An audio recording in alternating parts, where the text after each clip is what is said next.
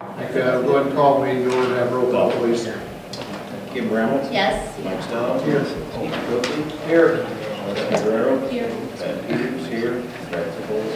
Larry Williams. Here. Mr. Meadows, release the pledge. Yes.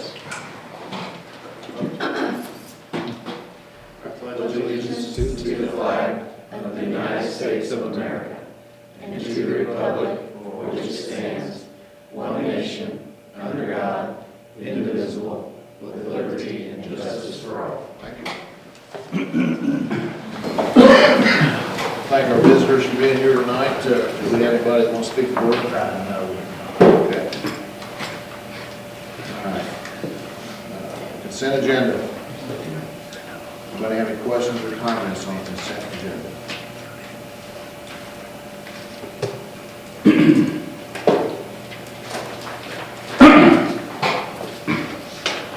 Make a motion to approve the consent agenda as presented. Okay, Brad made a motion to approve the consent agenda. Second by Mike Stahl. Call the roll, please. Kim Brown. Yes. Mike Stone. Yes. Mike Oakley. Yes. Stephanie Guerrero. Yes. Pat Peters, yes. Larry Williams, yes. Superintendent's report. I don't really at this time have anything more to report on what I've given to you over the past few weeks. I will defer my time to Mrs. Reed, who has a fascinating presentation. I passed out a copy of the Illinois.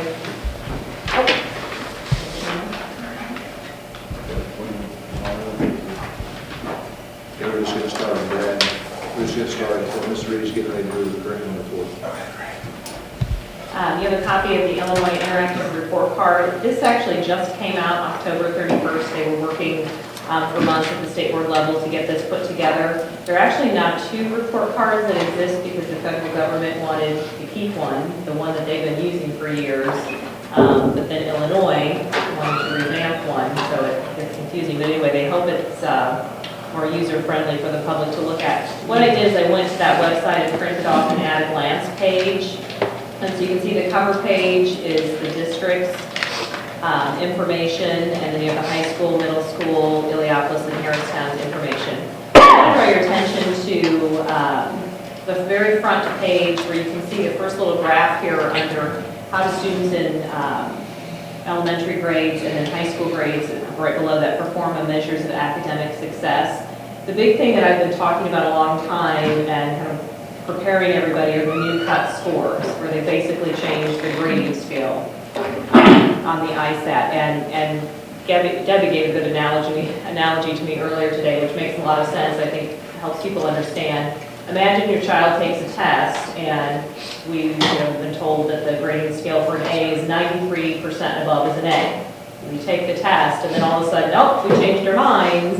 Now the grading scale 99% and above is an A.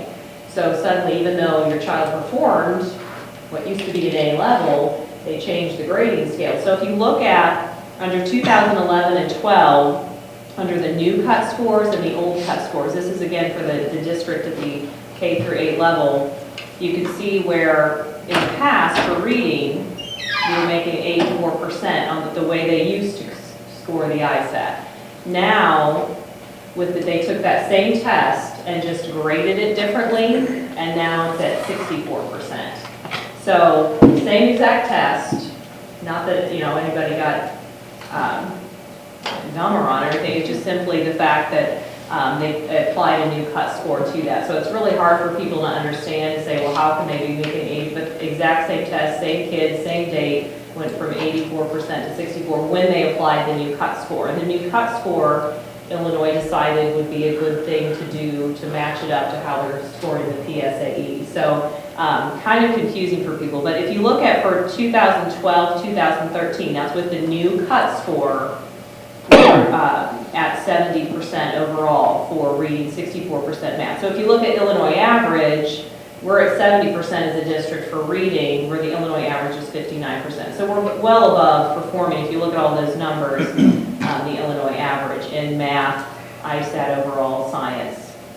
So that's a good thing. And a lot of districts are experiencing that same shock too with the new cut score being applied. Whoa, we're used to scoring I know my building, we were at 97% meeting and exceeding in math, and then the new cut scores, all of a sudden, whoa, what happened? Well, the teachers are still working very hard, the kids are working very hard, they're just scoring it. Like I said, the example on the test, they're scoring at a different grade. And it's not like that doesn't mean like 70% they got 70% of the answers correct. It used to be you met if you got 150 questions, now you meet if you get 175 questions. They're just picked a different number. Probably, I think. Another interesting thing with this too, I'm going blank on what I want to point out. With the new the way the test is given too. 3 years ago, it was all Illinois Learning Standards. So that's what, the 1997 old standards, that's what we've been teaching our kids for years. Our curriculum was based on the learning standards. The ISAT was 100% Illinois Learning Standards. So we had one test that scored that way, 3 years ago. Well then, this past test was partially about 80% Illinois Learning Standards, 20% Common Core. So keep in mind, the Common Core this year has to be implemented. Last year, we were building up to that. So we were given a test that had some Common Core on it. And then this year, the ISAT test will be 100% Common Core. So it's hard to ever look at trend data. They're trying to take 3 years worth of tests and use the cut score, or apply the cut score for all three of them. But the bad thing is, you're comparing apples, oranges, and bananas, really, when you look at all Illinois Learning Standards, partially Illinois Learning Standards, and 20% Common Core, and then 100% Common Core. Well, that's great if you put the same cut score at all. Mathematically, that makes sense, but when you're really thinking about it, it's three different tests. So it's hard. They're trying to show growth now, which is a good thing, but it's hard to show growth and compare scores when you're talking about three different tests, if that makes sense. So right now, then we have to talk about the future. After this ISAT, we're looking at the PARC assessment. So the PARC assessment is completely different too, and they're asking schools to pilot items for that, so they don't even really have that together. And even this year's ISAT test, we don't have any sample questions, so it's really hard. We're trying to implement Common Core in the classroom, but to prepare the kids for the test, we don't even have sample questions like we used to in the past, get sample booklets to look at and have a feel for what the test would be like. It's a lot different. So to sum it up, I look at this, but at the same time, my teachers, your teachers, we're all working very hard and doing the best to implement Common Core and do right by our kids and teach them to the standards. But at the same time, when I look at this, I don't want to get too hard on the teachers or kids, because everybody's trying, and really a lot of it doesn't make sense of how the state's doing it. But do you have any questions? I didn't go over in detail, but feel free. Bob's going to address the high school here in a second. But the middle schools on the third page, the breakdown for Illiopolis Elementary and Harristown. And something too, you have to be careful comparing Illiopolis and Harristown too, because it's very small numbers of kids. My building has third and fourth grade only. Debbie's scores have 3 classes of fifth grade thrown in too. So again, you're not comparing apples and apples. It's just a different comparison. And anytime you look at percentages, some of our classes, last year my third grade or fourth grade had 12, 13 students. If you're talking a class of 12 students and one student doesn't meet, that's 8% right there. So, in districts our size, you have to look at the numbers. You can kind of make statistics say whatever you want them to say with percentages. So just think of all those things when you look into it. Did we find areas where do we want to improve this? Yes. We did find some information that it showed us something where we want to improve. But again, here you have 12 students in a class. Percentages, sometimes I call that accurate. If we've been, working off the same testing since 1997, how often does this change then? Is it something that... This is the first time it's changed since 1997. Yeah, We don't know what's going to happen. Prior to that, it's something that happens every 10 years, or I'm not sure, it's hard to say, but I didn't know. It had changed in the 80s when someone wrote that book, A Nation at Risk. That's when they started doing the IGAP. Yeah, it used to be IGAP, then it went to ISAT. Now it's gonna be park.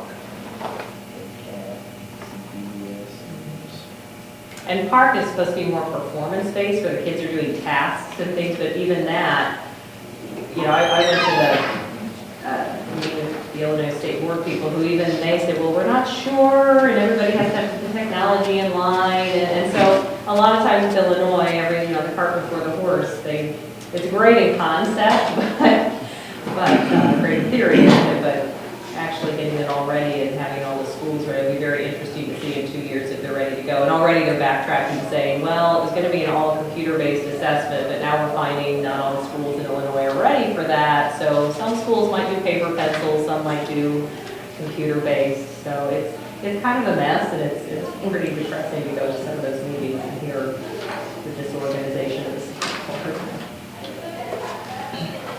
Well, as far as the high school goes, I printed off this copy for you, and I'm sorry, I had a little bit of anxiety attack there for a second, so I apologize for having to step out for a second. I'm not sure. Test scores will do that. I'm not sure why, but what I provided for you here is just a kind of a basic rundown. I don't know if I'm going to be able to get through it.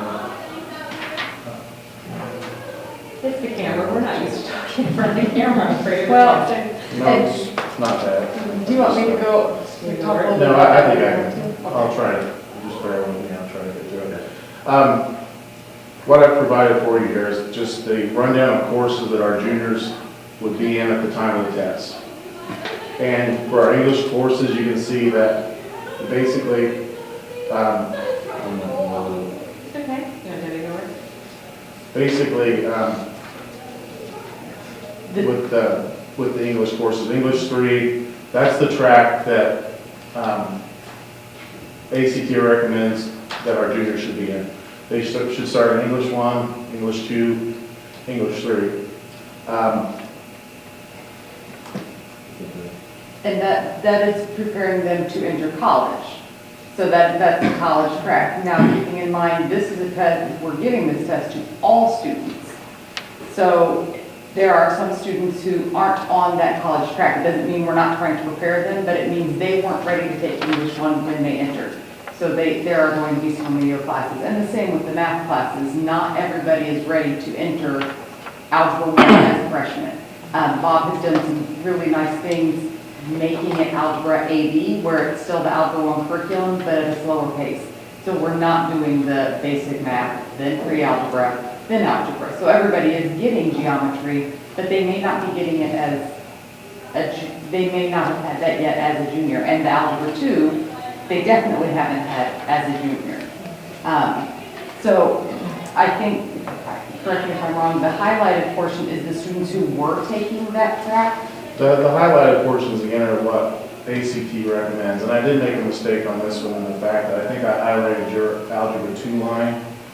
And really what should have been highlighted was the advanced math pre-calc line, which you can see only had 12 out of 53 kids work in that track.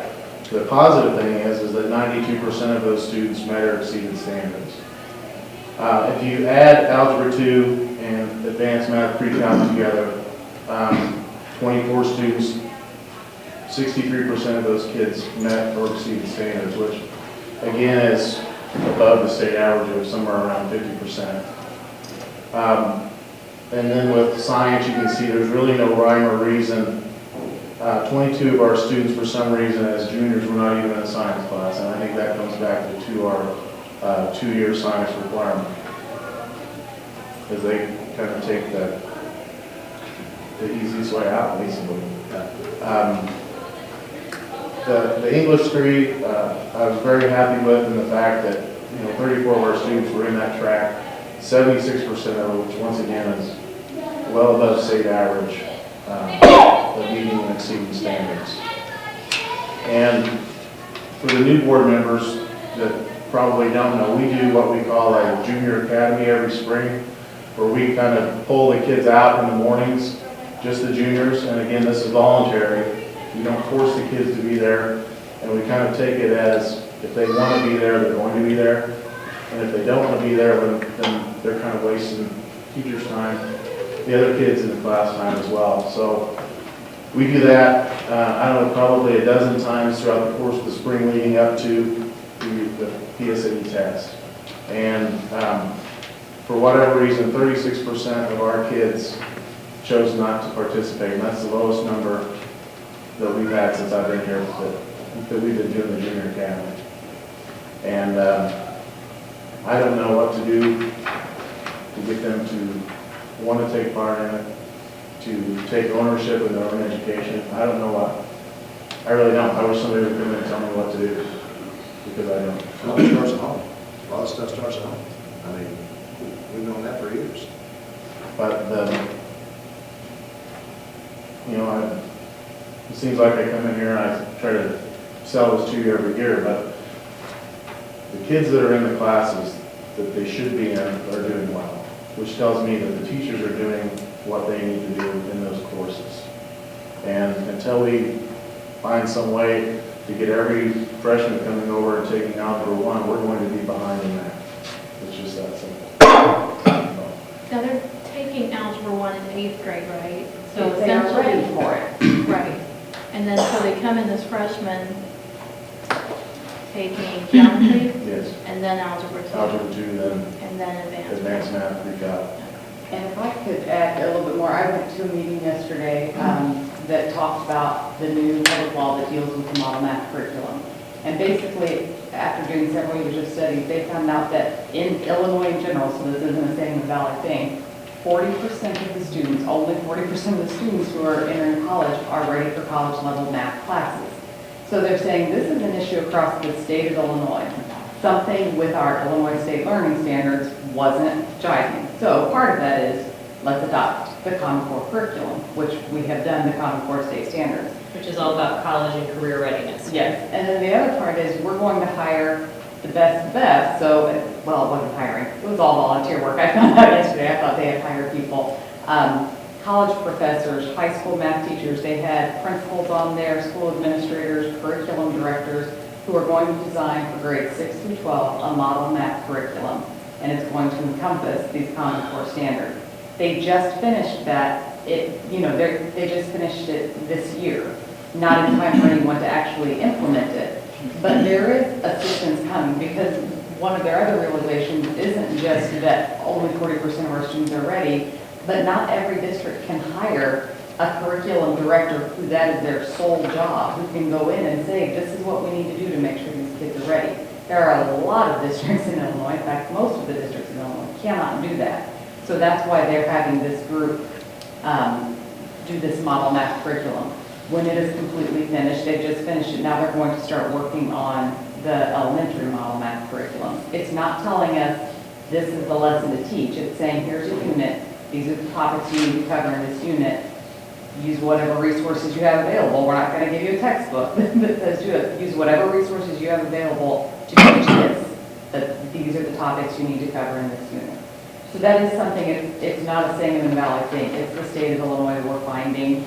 We've been following the state standards, and they weren't getting us ready for college. So the schools have been doing what they were asked to do, they just weren't asked to do the right thing. So that's kind of where we are and what we're still addressing. And Well, for years and years, you guys tell me if I'm wrong. For as many years as I can remember, I have said this, and if I'm wrong, I'll never say it. Just tell me, I'll never say it again. All districts, seems to me, you want a college-bound curriculum. The state dictates what we do with kids with IEPs. So these kids in the middle, who maybe ought to be taking some of these classes, why can't we do more for them? I mean, I've never understood. Never understood why, if a kid, when he's a freshman in high school, college isn't for him. If he says, I want to be an electrician. So why don't we teach him to be an electrician? You know, they do have to have some math of that, and maybe if that's an applied, if he can apply that to his field of endeavor, then maybe he would be interested in taking a math class. I mean, I don't know, at the size of the district we have, I don't know what we do about that. Am I wrong about that? Or No. does that make sense? I would go even further to say that I would hate to see us get in a mode where we think that everybody has to, take calculus to get out of high school. Yeah. It just, to me, that doesn't, we're Well, still going to that's need heavy equipment operators, we're still going to need That's what the Common Core standards too, yeah, they're college and career readiness, knowing not everybody may head to college, maybe not everybody will take on that debt now, and then the career part. So they've addressed that with the Common Core, but they're still making everybody take the ACT as part of the PSAE, which really ACT is for more college-bound kids. And that's have the higher Illinois. math. So that's an Illinois thing that they need to decide on. And there was even some debate of, at one meeting I was at, of, whether the ACT was going to be part of the new park or not, and most likely it still will, but, so what Illinois is kind of creating some of their own problems on how they judge, set the standards for the schools. Anyway, it's all interesting discussion. Where did everyday math come from? Will that stay, I think my kids kind of skirted by the, Yeah, Okay, you know what's maybe interesting, we were open just to talking that. about that today, and the everyday math, when we implement, that's still part of the University of Chicago Math Project, which is right in on a lot of the park stuff and the Common Core standards. And the company actually addressed that, and all textbook companies or curriculum companies are addressing now, because they're saying, okay, you've invested, all these school districts have invested thousands of dollars into curriculum that's aligned to the Illinois Learning Standards, so what do you do now? You can't, plus, they're saying don't go out and purchase anything that says Common Core, because right now it's so early in the game, you're not 100% sure, but, so, like what Everyday Math said, and I talked to some people, Warrensburg does Everyday Math too, so I was talking to some of their teachers, and, how are you guys addressing that? And I think what we've discovered with Common Core, Everyday Math actually addressed it, because they have a website saying, okay, these are the lessons and the order, and we recognize that it doesn't totally match Common Core, so we've developed pieces where there's gaps of Common Core that you can use to help supplement the program. But really the best thing to do, and we're heading that way more for next year, we shared it with the teachers, but what Debbie was talking about with the scope and sequence, or this recommended math curriculum that matches Common Core, if we can take that and then use pieces of everyday math to help teach those concepts, but we really have to follow Common Core, and that scope and sequence is our roadmap, and just take the curriculum and resources that we have and use that as a supplement. So it's a little different. Reading's the same way. We can't use our reading textbooks like we used to. Long gone are the days when we opened up a story for all kids to read, no matter what reading level you were on Monday, and then we test on Friday.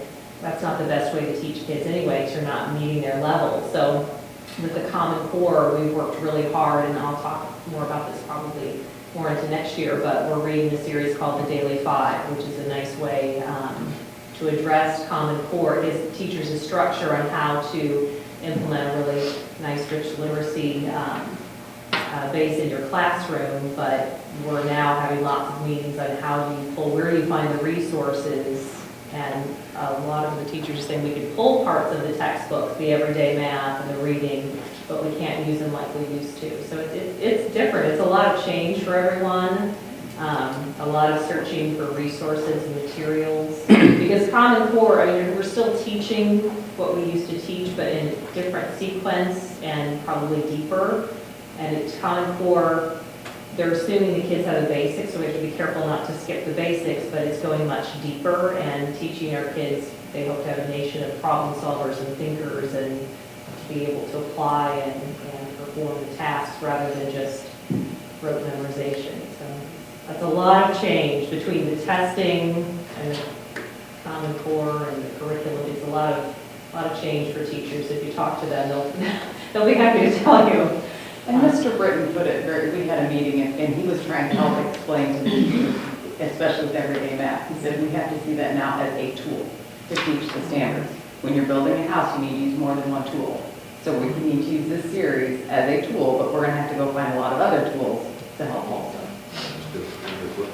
Anybody else, anybody have any questions or comments?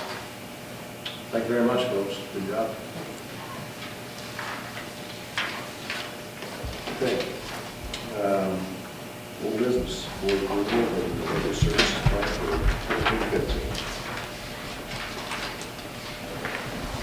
Well, as you know, we've looked the last probably couple of months about various options that we have before us about how the delivery of our general education services in the elementary schools would look for 2014 and 15. He's given some thought to 2 plans, and one of the plans is basically what I call Plan A, is you keep doing business as we've done. Plan B being the plan of going to K-5 in each building. Or Plan C is the attendance. We did community surveys, I think we got about 250 some responses. You get the results of that. And, I shared that in your board packet. But ultimately, the decision is up to the 7 of you. And I guess tonight's kind of D-Day because we need to know how to proceed.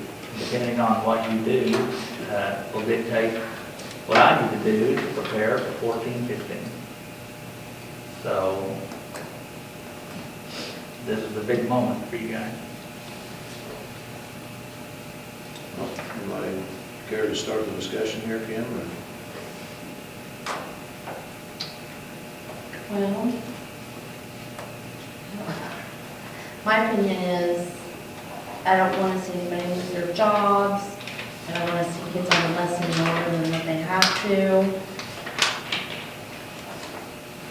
I am not going to vote for an attendance center.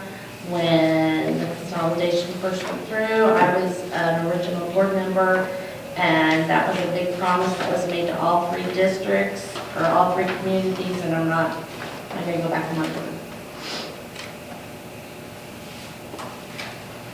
I guess a comment I would have would be, the do-nothing approach concerns me in that we know we're going to have to do something in the next course of whether it be 2 years or 3 years or whatever it is. So if we do nothing, then we're set with, we have $1 million in bonds now. Where do we go from there? And who is going to be irritated by the fact that, we have to issue more bonds to support the district that we do have in the construction that it currently is. So I'm not sure do nothing is appropriate unless we are going to agree to look at it again next year and then decide, because we know that a time is coming, we have to do something. I think that you touched on kind of how I feel about it there, is I just think it's something we have to look at every year. Every year. And that's probably a good thing. I mean, what happens if we get this big influx of people, which that would be wonderful, and we have a ton of kids and, Look at finances every year, and then we will have to make decisions based on what the finances dictate. I mean, one of our most important jobs is being stewards of the tax dollars. I feel that there's pros and cons to both plans when we're talking about the K-5 or the attendance center. At some point, we're going to have to do something.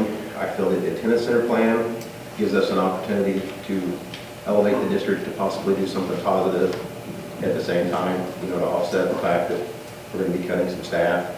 I see the K-5 plan as a step backwards for our district as far as uniting everybody and bringing everybody together, making it easier for curriculum, making it easier for the teachers. I think that ultimately that would be the best. But at this point, I don't think there's a whole lot of support for that, I guess. So I would like to, I guess we need to talk about it over the next year and figure out, what we need to do. Thanks to that. I have a question for you and Leonard and him. You guys say you want to keep the elementary schools in Harristown and Minneapolis. If we do get a big influx of money, and I know we're on the list to get grant money for a new facility, if that does come to fruition, you do understand a K-12 school would close both elementaries in Harristown and Minneapolis. It's a possibility. Yeah. Okay. It's a possibility. And I understand where you're coming from with the attendance center plan and your support for it. The thing that I don't like about it is I see no restructuring at the administrative levels or any other levels except the teachers and the programs. I mean, if we're going to carry an elementary principal in both schools, I don't want to put the kids on the bus when we just have K-5 in both, because the principals ultimately run the school and make sure the teachers are teaching the kids what they need to learn.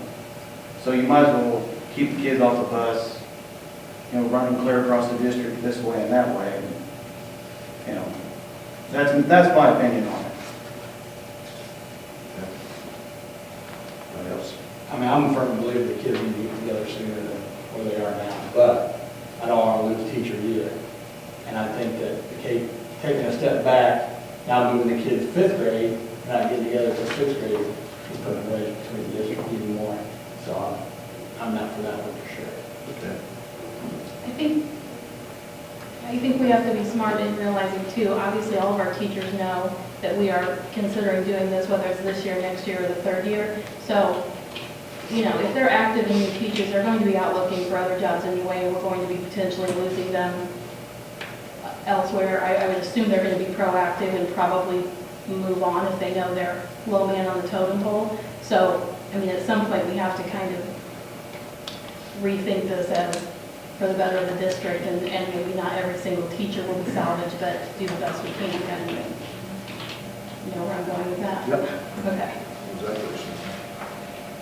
I mean, I see positives and negatives to all of them. I mean, you know, I met with several administrators just trying to get some feedback of what some of the drawbacks or some of the positives might be.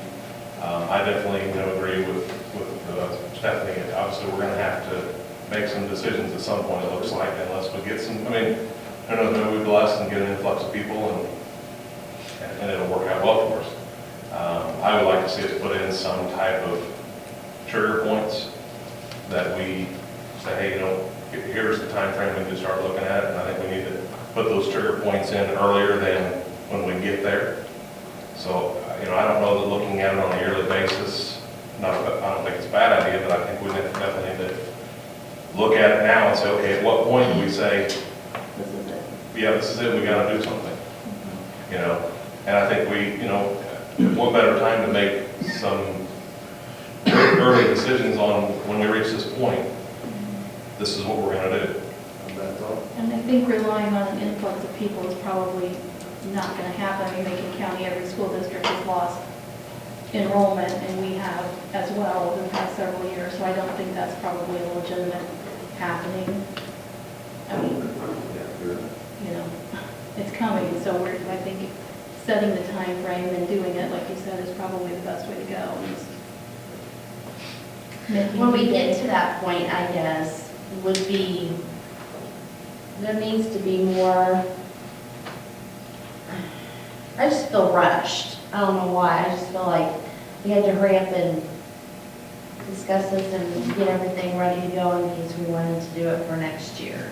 And I feel like maybe if we had some of the school districts that have had to do attendance centers or combine their school, you know, change everything around, have town meetings and have them come and tell, this is what we've had to go through, this is, you know, the wall that we've run into, or this is what makes it easier, so we can prepare everybody for it.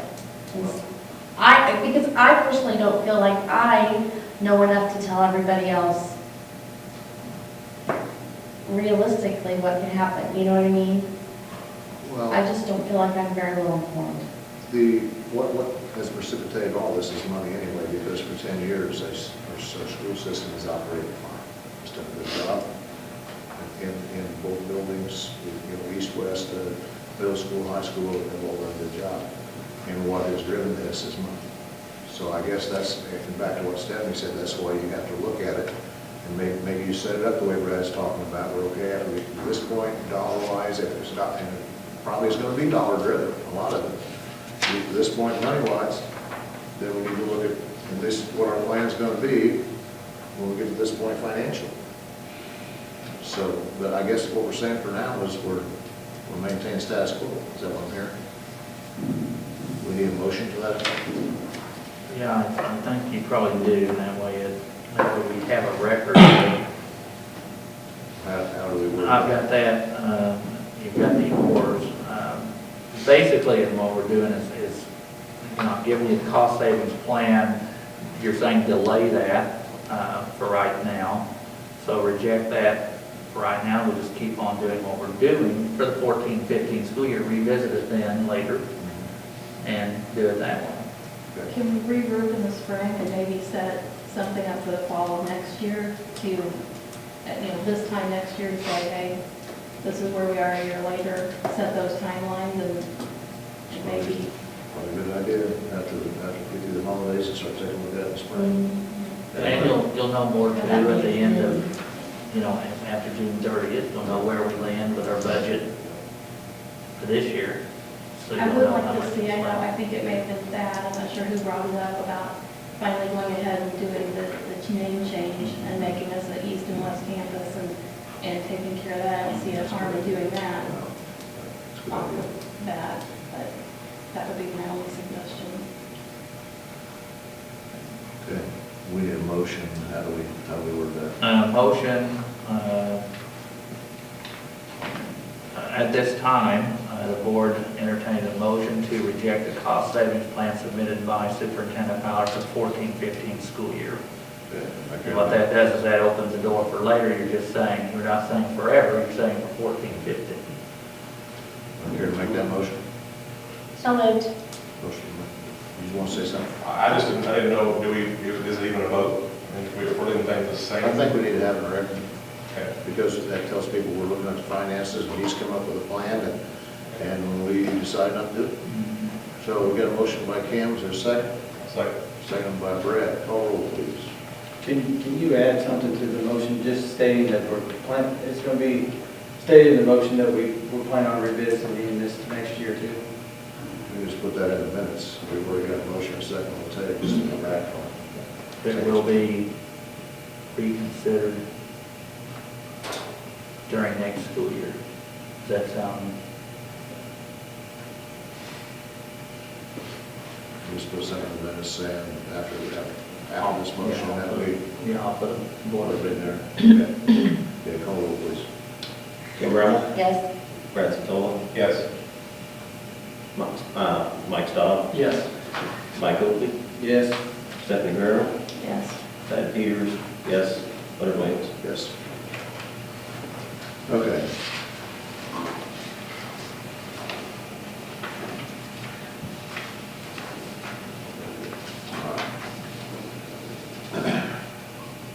Pre-K fee-for-service plan. Right, this is something that we've talked about the last couple of months, and trying to help offset the cost of our pre-K program. I brought to you a fee-for-service idea as a way to do that rather than get rid of the pre-K program. We talked about charging a $25 a week per student charge on that. And I still support that as a way to preserve our pre-K program and yet also help the district financially a little bit. It won't cover 100% of it, but it'll help some. See what kind of response we get. If we can't fill it with our Sangamon Valley kids, as Mr. Oakley had pointed out, we can always open up to folks outside of our district. So I think that's probably a smart way to go. I always seem to have a question, I'm sorry. But if we do, I know in years past, and this is years ago when my kids were at that age, if you were given a spot as a 3-year-old, you were assured a spot as a 4-year-old, do they still do that same practice? It's not necessarily a sure spot, however, for it being 4, the year before kindergarten, gets you a lot of points. They do it on a point system. So if you're a 4-year-old, you're going to get significantly more points than a 3-year-old. Yep. Because it's a pre-kindergarten program. Okay. However, there can be someone with a lot of other needs who would come before a 4-year-old where that is their only need. Okay, so we would be screening yearly still, and then we would obviously put, It's a All state of law, our- we have to screen every year. okay, and then we would put all of our kids obviously in before we would ever open it up outside. Right, we would not want to reject a student in our district in favor of a student from outside the district. Would the location of this still be? It would be the Location, same one location? configuration as what we are doing now. It would just be a fee-for-service issue. Any other questions or comments? One more, sorry. Sure. I know that it's gonna come up, we're gonna have a few parents gonna say, well, I can't afford to do the $25. No, it's a difficult question, maybe an easy question, but I think I you think it have, has to be yeah, I across the think you board. have to do it across the board, set a standard, and 25, we came down from where originally I thought it was going to be. There's mechanisms in place for free and reduced lunch, but not for free and reduced pre-K. So, I mean, that's simple as that to me. Need a motion to approve a fee-for-service plan for pre-K services beginning with the 2014-15 school year, with the fee being established at $25 per week per student.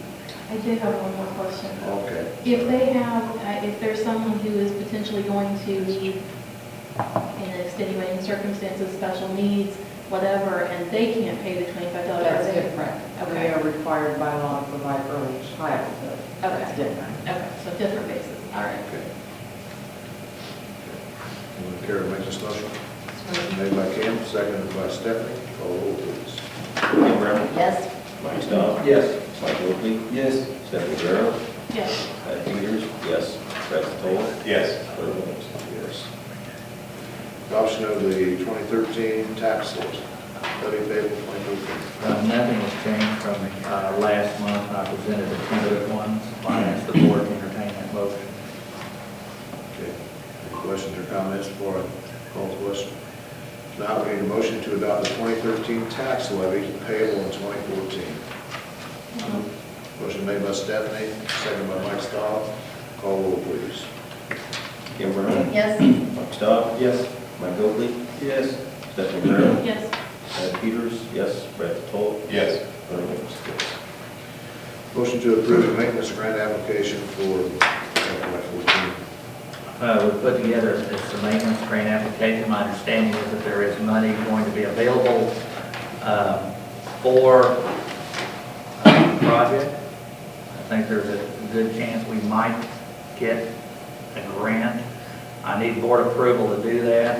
I've put together the grant based on some needs. We have our best shot of doing the grant, trying to do it at one school. I talked to the State Board of Education, they said that gives you your best shot to try to do it at one school. If we do it, if we try to spend money at 2 or 3 different schools, it would require 2 or 3 different grants, and they're only going to fund one. So in any school district, it's only going to get one grant. And we looked at some work items that might need to be done.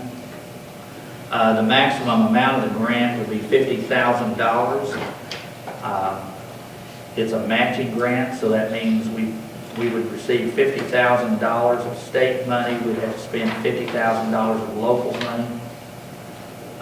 The project cost of what I've got written in here is $113,684. We've got in here to look at one of the big things. We have a cost that's coming up, and that's to replace these old bleachers out here on this football field. And I talked to Mr. Oakley today, and you know, you hate to kind of spend money sometimes like that, but these bleachers are getting to the point that they're not going to pass inspection one of these days. We're going to have an expense of replacing that at some point. I figured we might as well tap into this grant to help to do that. So we're looking at upwards, it could be anywhere from $70,000 to $90,000 for that.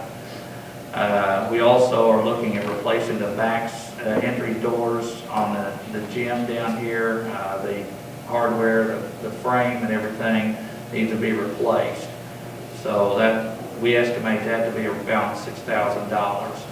And we also looked at putting a blacktop 2-inch overlayment on the existing blacktop at the bus pickup here at the high school. You know, when you come off here, it dips down and there's like a cutout area, it's kind of crumbling. To repair that would be around $17,000, $18,000. So the grant itself, right, for $113,684. If we come in and, you know, we may not be able to do all 3 projects, and that's okay if we can't. But she said that the person, state board said, write it for more than what you think you're going to need, because if your costs come in under, you can apply this to one of the other projects that you have on your list to do. You can't come in under and then create a project that's not been approved through the grant. So that's why I'm kind of, You want to eat up all the 50? you want to eat up the whole 50, you don't want to send any back.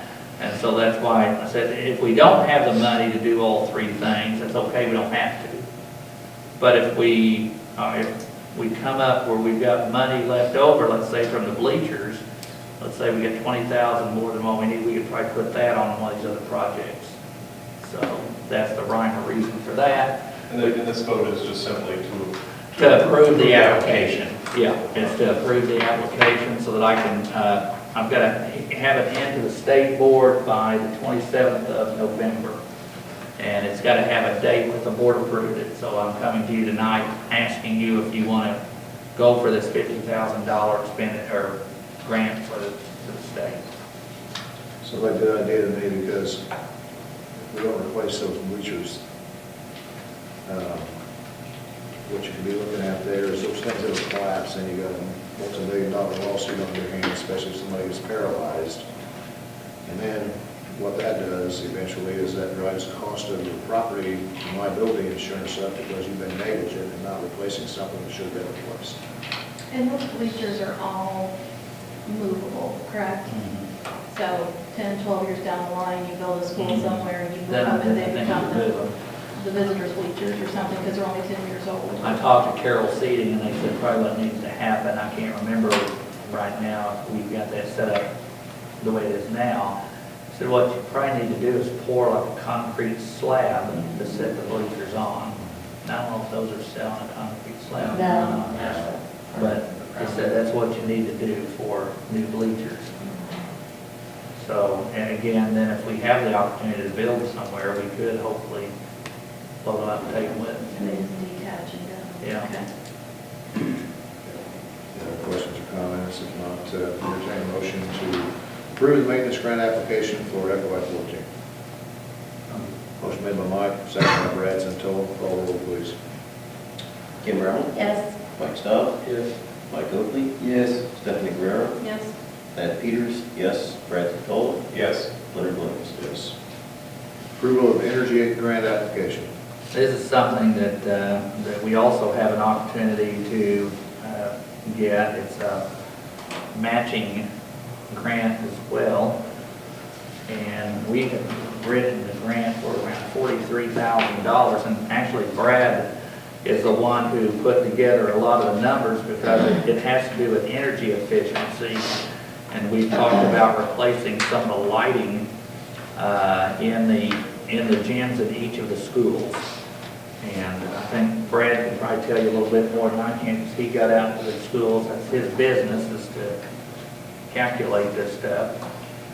It would be basically an upgrade to the fixtures, and it would include all four gyms. It would include the high school, the Harristown Grade School, Elapis, and it would include the Cape Apples. Well, actually, it would be 114 fixtures. Yes. Really a fairly simple upgrade that would save us about $8,000 a year. Energy savings based on those gyms. So. That's a good idea to me. Questions or comments on that? Randy West, our architect, is the one who actually has to put this grant together. And so Randy has worked on that with myself and with Brad, giving him information, mostly Brad providing me the information to provide to Randy. So he has it ready to go, and again, we need board approval so that we can submit the grant. One of the other things that I'll say about that too is I took some light levels from all the gyms, and the Elapis grade school, or middle school is probably the best, but our high school is fairly low in the light level output, and that would also increase our light levels in all the gyms, minimally in the elementary or in the middle school, but in the other gyms it would increase the light levels significantly, make them look a lot cleaner and a lot brighter. Is there any value in any of those fixtures that are being taken down, big numbers? Some of those were put in not too terribly long ago, but I can't think of its name. Cat left south of the Alpha there for Klaus number. I'm sure that actually the fixtures look they're still in pretty good shape. I think Lonnie said they were 90s, mid-90s, something like that. That's not, that's what I was looking forward to. And I'm not sure about the grant money, you may have to, there may be some recycling involved in that, but that's something that we could, we may have to fulfill the grant obligations first. If we don't, I'm sure that there was some value there that we could take advantage of. Now I keep seeing stuff from Ameren. Is the grant through Ameren, or is it, I keep seeing them advertise special, No, this is a grant through the state, just through through the state, yeah. I can't remember what I've seen, I keep seeing it advertised. And I don't know if it's just businesses, if it would apply to school districts or not. but- Yeah, they, was it DCO. That's what, the grant is through the DCO. There is Ameren money out there for non-school, other. Ameren does a big thing with like parks and like lighting, which I often wondered if they would replace like our outside. That would still probably be a DCO program, but it's still available. It's very similar to the Ameren program, just on the government side of it.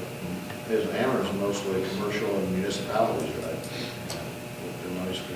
Yeah, there's some other programs out there now too that are, smaller service type upgrades that are pretty lucrative, really. Okay. Need a motion to approve the energy efficiency grant application for FY14. So moved. Motion made by Kim, second by Mike Stahl. Call roll, please.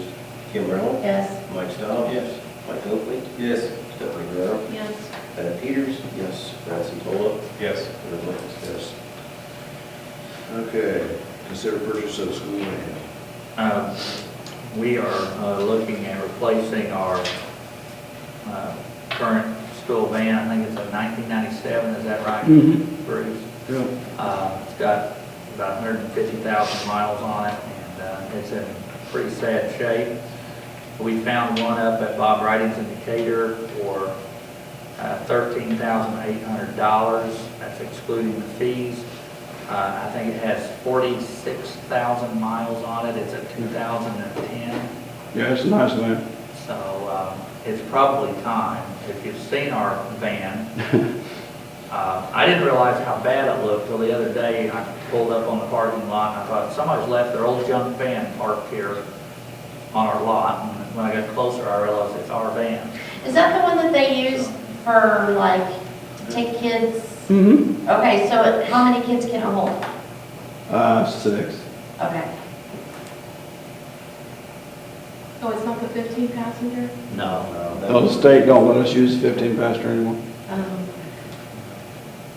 We got a passenger van now. Is this particular van still available, or can we make a motion? Do we need to make it? It is available. I gave them $500 to hold it because I wanted to get to the board meeting before you guys could decide on that. And if you vote tonight, I can send Bruce to get it tomorrow. They come with any warranties, any guarantees? I think it had the balance of the factory Yes. warranty on it. It's had to balance the factory. It went into service in 2011. Even though it's a 2010, it went into service in 2011. So you got about a year and a half left on the drivetrain. Engine and drivetrain. You happy with that new van? Does it look like what you want? Yeah.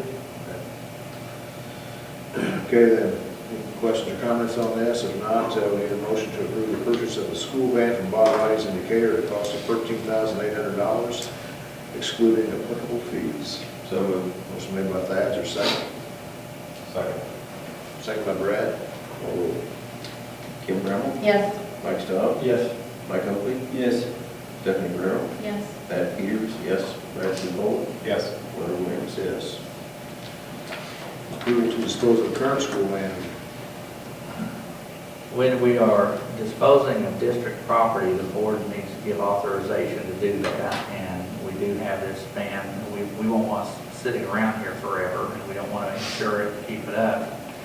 So we need to find a way to dispose of it, or open to suggestions. But to get rid of the district property, we have to have you as a board authorize us to do that. So that's what really I'm asking you to do a motion on tonight. Okay. Can you put an ad out in the paper like they do in the township properties, send it up for bids, or? We could probably do a sealed bid type thing, or Can we trade it in on this one? they're not looking at trade-in for that. I'd be afraid to drive that up there, they might jack the price of the new one up. I had an idea of having a smash and bash with it, Yeah. but I didn't know what the liability was on it, you know, to put the money back into school sports or something. Okay, need a motion to dispose of the current school van as directed by the superintendent. So moved. Motion made by Kim, is there a second? Second by Mike Stahl. Roll roll, please. Kim Brown? Yes. Mike Stowe? Yes. Mike Oakley? Yes. Stephanie Guerrero? Yes. Ed Peters? Yes. Bradley Boyd? Yes. Yes. Okay, need approval of sale of school bus. Bus number 4 is one that we don't use a whole lot.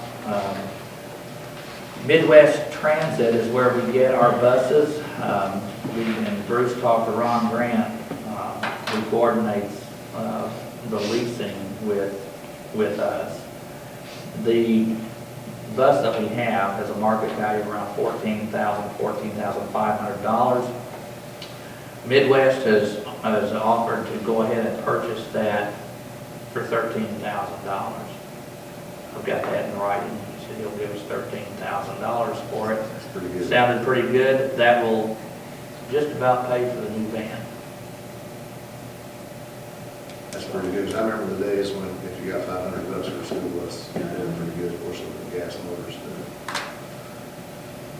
That sounds like a good, that sounds like a winner to big folks. So everybody's agreeing with that. We need a motion to sell bus number 4 per arrangement made with superintendent and transportation director. Motion made by Mike Oakley, second by Thad. Call roll, please. Kim Brown? Yes. Mike Stowe? Yes. Mike Oakley? Yes. Stephanie Guerrero? Yes. Ed Peters? Yes. Bradley Boyd? Yes. Yes. Adoption of Heartland Tech Academy. We just need our board to show that they approve an amendment to the Heartland Technical Academy. There was some wording in the way the Tech Academy operates. I'll explain this based on what the director told us at a board meeting the other night. The amendment is needed because the State Board of Education recommends clarifying the role of the joint agreement in the operation of the Heartland Technical Academy. The original joint agreement classified Heartland Tech Academy as a regional program. The Tech Academy has always been and continues to be an ISBE designated area of secondary vocational center.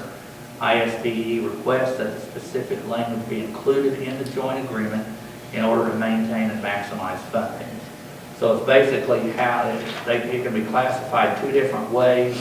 And when we did up the agreement for Heartland Tech Academy, the wording wasn't exactly how the state board wanted it so that we can maximize the funding. So it's just a matter of making sure that it's referred to as an area vocational center so that they qualify for more state funding. So I'd ask the board to do that. All of the schools that participate in Heartland Tech Academy, they all have to pass this action tonight that you're doing. Questions or comments? If not, to entertain a motion to approve the amendment to Heartland Tech Academy agreement. Motion made by Stephanie, seconded by Mike Oakley. Call roll, please. Kim Brown? Yes. Mike Stowe? Yes. Mike Oakley? Yes. Stephanie Guerrero? Yes. Ed Peters? Yes. Bradley Boyd? Yes. Larry Williams? Yes. Appointment of standing board committees. I think we have a committee assignment for more emergency type purposes, and Leonard, as a president, makes those assignments, and he's done it.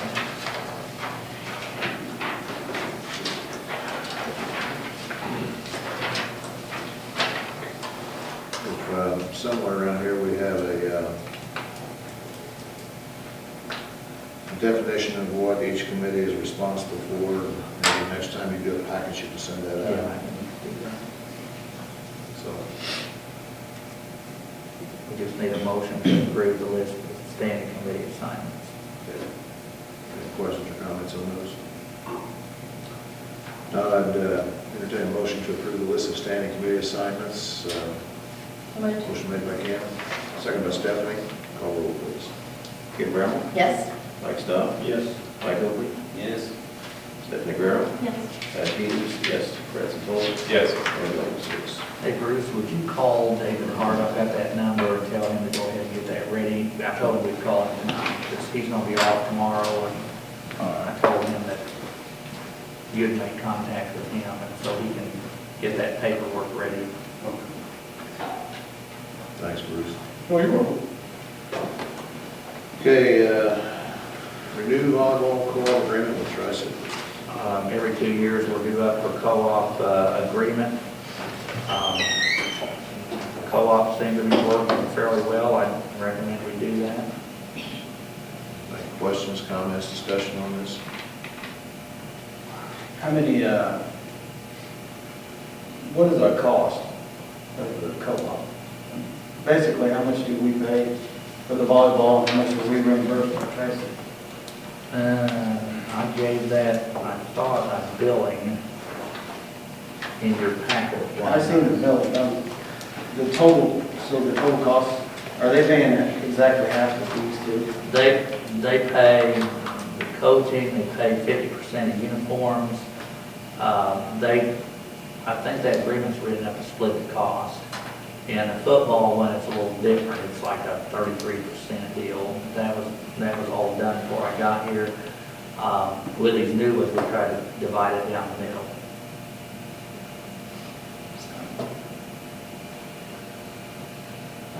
I think it's worked well so far, I think we should continue on with it, I agree. so. Make the motion to renew the volleyball co-op with Tri-City. I second. Okay, I've got a motion made by Thad, second by Kim to renew the volleyball co-op with Tri-City. Call roll, please. Kim Brown, Yes. Mike Stowe, Yep. Mike Oakley, No. Stephanie Guerrero, Yes. Pat Peters, yes, Brett Santola, Yes. Larry Williams. Yes. A motion to renew the co-op sports agreement for high school football at Tri-City. The same thing, it's due up, and if we're going to do that, I need to send that into Tri-City and into IHSA for approval. Questions or comments there? How long's that agreement been in place? 150 years, it seems. Yeah, I started when I was a senior. How long ago was that, Thad? 20 years. Actually, that was the first, if I recall right, when it was still Minneapolis, and they co-op with us. That was the first high school football club in the state in 1989. And I seen in the billing where, Buffalo, they only pay 33% of like reconditioning and stuff. they paid 33% of the cost of reconditioning of the helmets. And I don't know where that number came from. It was a number that apparently has been passed down for years, and I don't know if it was back when it started based on participation or something. I don't know rhyme or reasons for that. And how did our football season go this year? How many games did we win, Josh? We're 0-9. 0-9? Yep. It's based on our conference and the age of our kids, going up against some fairly Bruisers. Why don't you tell me how many teams made the playoffs out of our... 6 out of our 10 made the playoffs, and 2 are still playing, I think. Auburn's same playing, on maybe conference. 1. Auburn's still playing. Williamsville, 2 are still playing out of 6. Now, I understand we're switching conferences next year. We're going to the little roll call. Exactly. Now, is Tri-City planning on switching conferences too? So basically, as we go out most of our sports, we're all going to be on the same conference? Or are they planning on staying in the Sangamon? They're not in the same. Or was they Tri-City girls basketball will be still in the MSM. Is that right, Lorraine? Softball will still be in the MSM. Will be anything that's co-op through the same valley will be Is there a smaller anything conference co-op. like OCA is, they go like Kincaid and South and smaller schools around that. I can't list everybody in the MSM, but they're. Whoever the host school is, that's you the stay in conference that you're in. Yeah. That's the schedule you take, that's the conference you're in.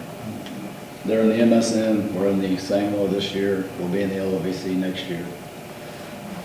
And no more Sangamon for Sangamon Valley or Tri-City. We've had a lot of young kids playing the last couple of years, freshman, sophomore. My brother put this together for me. He says, I'm sure at some point you're going to get questions about our competitiveness. And this is North Mac's program. This is just their juniors and seniors. Mike doesn't include the whole rest of the roster. But you're looking at 6'5", 200, 6'4", 242, 6'2", 250, 6'2", 290, 6'2", 240. There's a little kid, 5'11", 180, 6'1", 185. You know, that's a lot. Take a look at that. So our kids are going to grow up here, and they're juniors and seniors and bigger and stronger. North Mac is also a consolidated school district as well as a co-op, I think now. They brought in another school recently to their consolidation. I'm not sure how that goes, but they have a huge amount of participation considering our numbers. Well, I would like to look at either renegotiating or setting up a committee and possibly looking at co-oping with another district that surrounds us, either Meridian Doesn't Tri-City surrounds? I mean, or it's any Warren. different than. Yeah, and I'm looking at going elsewhere. I mean, we had the 0-9 season this year. We haven't had a winning season for how many years? Since we joined 2 years ago, maybe we just since we joined. well, 4 and 5, yeah. 4 and 5 was our best year 2 years ago. First 4 or 5 years, the district went to playoffs. And if you say, if you want to go with that, you talk about, in my opinion, we had 2 years in a row there. If we were in the LOVC, we would have some pretty good years. We would have been 7-2, around that area. And the reason we changed conferences to begin with is we thought, correct me if I'm wrong, we thought the little Oklahoma was going to go by the wayside, but we we're moving in and out of that. Well, there's been a lot of change in the same though too with Sure. Auburn's taken on, what is that little town over there? Divern. Divern. Oh, Divern. The North Mac addition. Florida continues to take in surrounding schools and co-op, the borough's co-oping. Athens has shown growth. Williamsville has always been solid. Auburn has always been solid. I mean, you're talking schools in the 450 to 480 range. And the schools that have consistently struggled in the same are the schools that rely on the co-ops, the Floridas, the New Berlins, the Sangamon Valleys. And the other thing too, you got to realize too that, Difficult. you know, LOVC is pretty tough too, but it's going to be, we're not going to go in there and dominate. I'm just saying, like a couple years ago, we could have been 7-2. We had some pretty good talented kids come through. It's going to be a tough LOVC because there's a lot of LOVC teams still in the playoffs as well. So it's not going to come in, we're going to be 9-0 and everything's great. It's going to be still tough, but it'll be more competitive. We had 1 or 2 games this year where we were competitive in the fourth quarter. I think we could probably have, more competitive games where we're going to be playing with the same size schools in the LVC. Start getting more competitive teams. And if we decide to get rid of Tri-City, you talk about our numbers now, it's going to be a lot shorter, a lot smaller. I think too, to bring up a point that 2 to 3 years ago, when we decided, hey, maybe we should look at when our basketball girls were down to 9 players total, I believe it was you that contacted Mount Pulaski, Warrensburg, Meridian, Yep. Tri-City, and said, hey, any interest at the high school level with co-oping? And if I'm wrong, I believe you only got back maybe some junior high interest from Mount Pulaski. Yep. And I still have the Tri-City. Yep. And Tri-City. Warrensburg Latham said they would take our football players, but that was it. That was it. Yeah, And we wanna then give Mount them our team. Pulaski wanted to bring their football players over to us. Meridian didn't want anything to do with us. We co-op, Tri-City was open with everything. we co-op in Meridian or Warrensburg, we want to go to school. Yep. I think we complement each other nicely too with the size. I mean, I think some of the programs that we may be lacking a little bit, they're strong in. I think it's a good agreement. I think we need to continue on. Well, I think we ought to set up a committee of maybe 2 members and Josh, and to go to some of these other surrounding districts, Meridian, Warrenburg, and at least, and also look at renegotiating the agreement. It's so old and things have changed so much, I think it should be more of a 50-50 split at the very minimum. So I'm not for supporting what we have now. I can't see us doing 50-50 if they only have 10 kids and we have 40 kids that play. I can see a percentage, but I can't see 50-50. I think the problem in that lies with you have that across the board though. Okay. You know, volleyball this year, they probably sent 10 freshmen, but only 2 varsity members, so 3 maybe. So I mean, I guess to outline one and not the other, I mean, maybe. Well, the revisit equipment, I mean, to have the helmets, it's Football's quite different, different. yeah. Yeah. When I helped to negotiate the agreement that we have with the newer co-ops, we did a 50-50 simply because there would be certain years that perhaps we would have a lot of Sangamon Valley kids. And there'd be years that we have a lot of Tri-City kids. And so I advised their superintendent that I didn't think it was wise for us to start playing numbers games and say, okay, well, 38% of the team was Sangamon Valley, so we'll pay that cost. It's a 50-50, I mean, it's kind of like, when we win, we all win, when we lose, we all lose. Let's share equally, but, I would be a little bit concerned about going back then on the football. This is a long-standing agreement that they've had, the 12% differential, I don't know that it's worth ruffling the feathers for that. Well, it may change too if they have less players. Yeah. They may have 2 players come in 1 year. I'm ready to make a motion. I'll make the motion that we renew the co-op for high school football president. Okay, second. Motion, who's that, Mike Stock? Motion by Thad Peters, renew the high school football co-op, second by Mike Stock, roll call please. Kim Brown? Yes. Mike Stone? Yes. Mike Oakley? No. Stephanie Guerrero? Yes. Thad Peters? Yes. Brad Santola? Yes. Mayor Williams? Yes. Okay. New middle school baseball co-op at Tri-City. And again, that's up for renewal this year. Tri-City is the host of that. And our numbers in middle school baseball have not been great for years. I think they've done a good job with our kids. I recommend we go ahead with that renewal. Questions or comments there? Has it been 2 years already? Yeah. Wow. It was a last minute thing. The first year, I guess? First year. Okay. There was like 3 or 4 kids. Josh, with all these co-ops, how many games are actually played in, like for Sangamon Valley, for being the host school, as compared to Tri-City? Well, it just depends on the sport. So football wise, you have 4 home games here at Sangamon Valley, 4 to 5. You play 4 home games or 5 home games depending on the year. Volleyball wise, you have 16 game seasons, so 8 of them are home. We play 1 at Tri-City, so 7 home games and 1 at Tri-City for their senior night-ish thing. Girls basketball, they play there, 8 home games for them, 16 total games.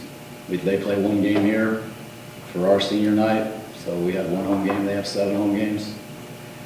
And then after that, you start talking baseball and softball, you play a lot more regular season games. You can play 25, you can play as many games as you want, so then your home away schedules are going to be skewed on that because baseball and softball. So yeah, there's probably more Tri-City home games because of baseball and softball.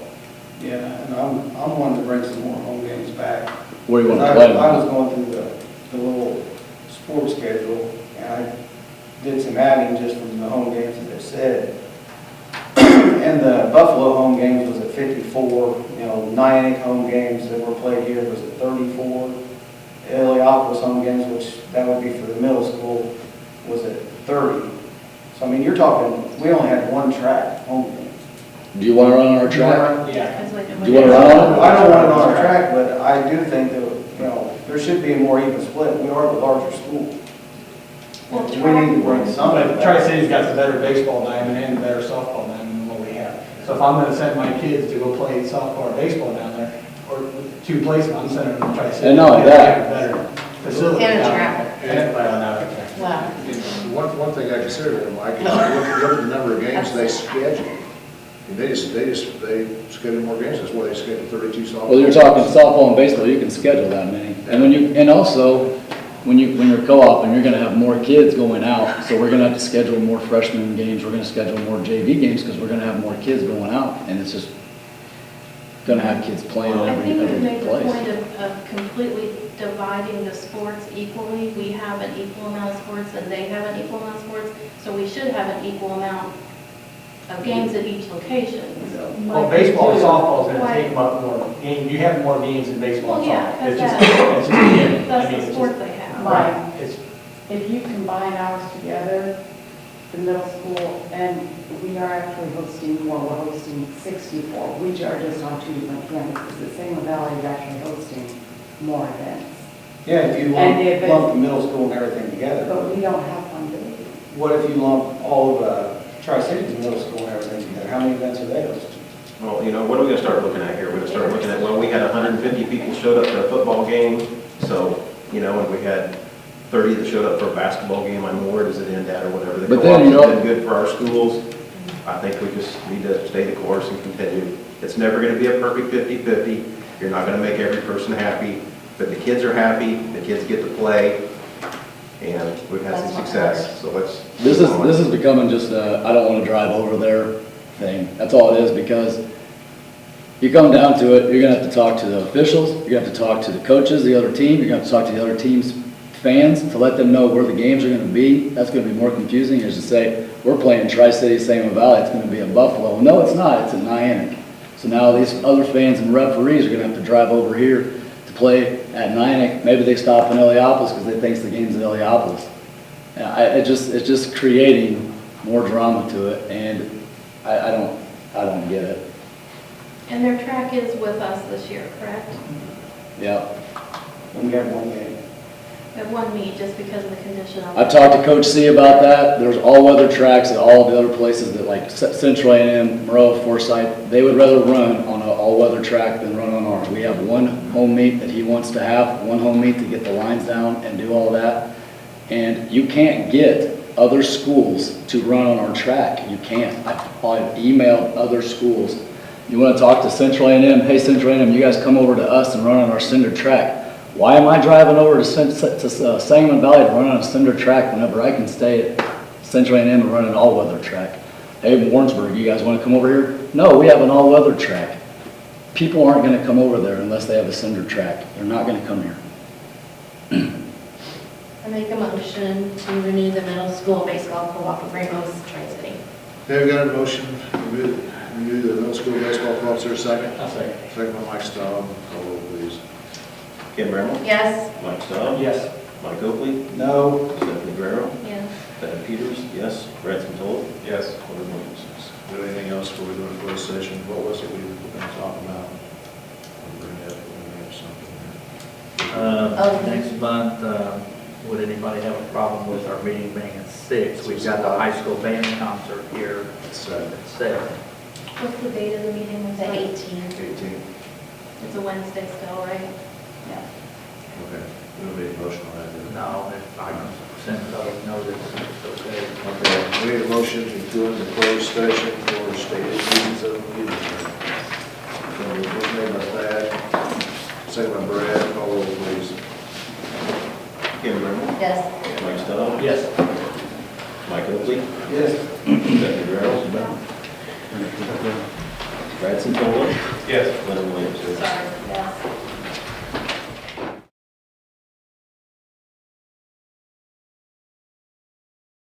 Okay, we need a motion to accept the closed session minutes as read in closed session. Motion made by Brad Santola, second by Stephanie, call roll please.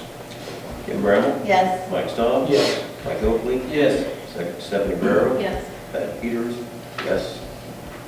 Brad Santola? Yes. Leonard Williams, yes. Okay, Brad, what do you want to discuss about the mobile thing? Well, I guess one of the things, a learning concept for us is, there's something that we can do to help prevent some type of situation like that happening within our district. I don't know all the details, but I do know that, I guess they had some radiators or something like that they ended up finding in the classrooms that were contaminated. And they sealed them off and then continued to have class as long as the temperature was above 40 degrees or something like that, which obviously we wouldn't want to have happen. Yeah, there's, I mean, I don't know that there's anything that, I mean, things like that can happen at any time, probably any district in the area, north or south, you know. I think Tri-City probably, you know, they're handling it, just like we would do in the best interest of our kids. You know, we think we'd do that, and I guess we'd do the same thing. So we're hoping that wouldn't be the case with us. But you just never know day to day, if you open a school, what you're gonna find. And how did they find theirs? I guess, was it just through routine maintenance? Yeah, I don't know that. I don't know that. Rather maintenance man found it, and then they, you know, then your school architect gets involved in it, so you see how you remedy the situation. They've been able to do it with, I mean, it's been ongoing for several weeks now, from my understanding, and then they just, to do the final phase of it, had to have school closed while these 2 cold days or whatever. Yeah, it was my understanding, you know, it didn't turn the heat to stir up particles. Right. So that was a thing. It is a big deal, I guess it is, but I mean, I still say that most of us, especially if you have a home on crawl space, probably, you look, find a little in the house, you'll find a little mold somewhere, especially if you have. And we probably got asbestos in all 3 of these buildings. I know there's been money spent over the years to remediate the asbestos, but I bet you can still find it every one of them. You know, you do the best you can with those things, and like all districts, when you find them, you fix them, and do all, like you will at home. So, okay. Before we close, what do you think of the bleachers? I walked down there and looked at them before the meeting, when we had cleaned. What do you guys think of them? You think there's an improvement? Well, I think, my opinion, I think it was a marginal improvement. I know that, you know, when I walked in and saw it, we didn't have little sparkles coming off of them. Yeah. You know, but They were closed when I went down there. I mean, do they look better than they did? Yes, and then nothing against James Markberry. I think he did a great job for what he had to work with, but I still say it's the combination of the color of those bleachers and the material of those bleachers is horrible. And I think probably that's as good as it's going to get. And I think unless you throw the door and you don't let anybody in with any substance other than water, Yeah. And clean shoes. Yeah, and even that, and they're gonna Clothes be, are dirty. I mean, people walk, Yeah, you know, working all day and they sit down. Until you change the color of the bleachers, they're not gonna be clean. You You know, can buy a seat cushion. I already did. I know. I look at it, I mean, I don't see any great improvement, but, you know, I don't see why all of a sudden it's an issue. You know, they've been there forever, and, well, they've been there 15, 16 years. And when we get those new brighter lights in there, if they look worse, I'll blame Brett. they're gonna look worse because you're gonna be able to see them. The bright side is they don't give you splinters. There you go. That'll look better, brighter, they clean Can we get some lights that have like a little bit of a blue, like? Yeah. Okay, anything else? Then I entertain a motion to adjourn. So moved. Motion made by Ken, second by Brad. All in favor, say aye. Aye. Have a nice Thanksgiving.